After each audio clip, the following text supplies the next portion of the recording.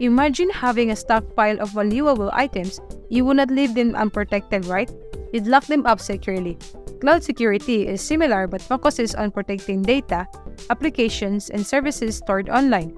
By 2028, businesses ignoring cloud security will be outdated.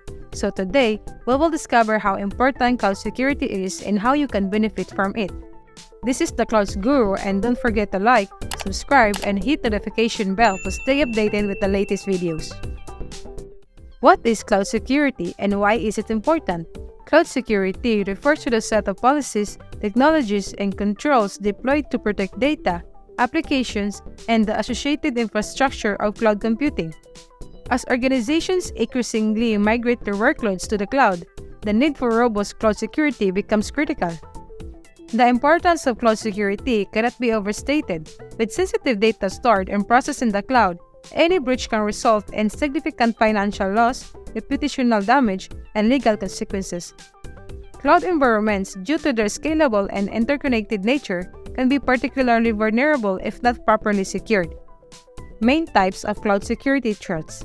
Data breaches. Unauthorized access to sensitive data is a major concern.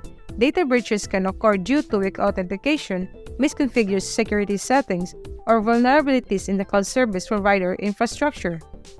Data loss. Data can be lost due to malicious attacks, accidental deletion, or hardware failures. Without proper backups and data recovery strategies, organizations risk losing critical information permanently.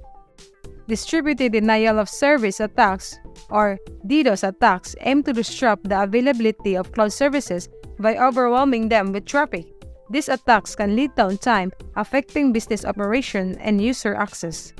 Insider threats. Employees or contractors with access to cloud resources can pose significant risk if they misuse their privileges. Insider threats can be intentional, example, data theft, or accidental, example, misconfiguring security settings. Account hijacking. Attackers can gain access to cloud accounts by stealing credentials through phishing, keylogging, or brute force attacks.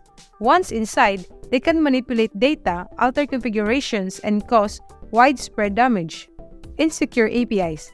Cloud services often rely on APIs for functionality. If these APIs are not securely designed and implemented, they can become entry points for attackers to exploit. Compliance violations.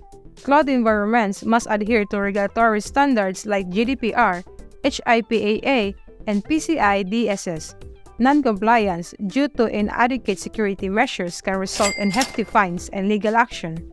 Best practices for ensuring cloud security. Strong authentication and access control. Implement multi-factor authentication or MFA and strong password policies to ensure that only unauthorized users can access cloud resources. Data encryption. Encrypt data both in transit and at rest to protect it from unauthorized access. Regular audits and monitoring. Continuously monitor cloud environments for suspicious activities.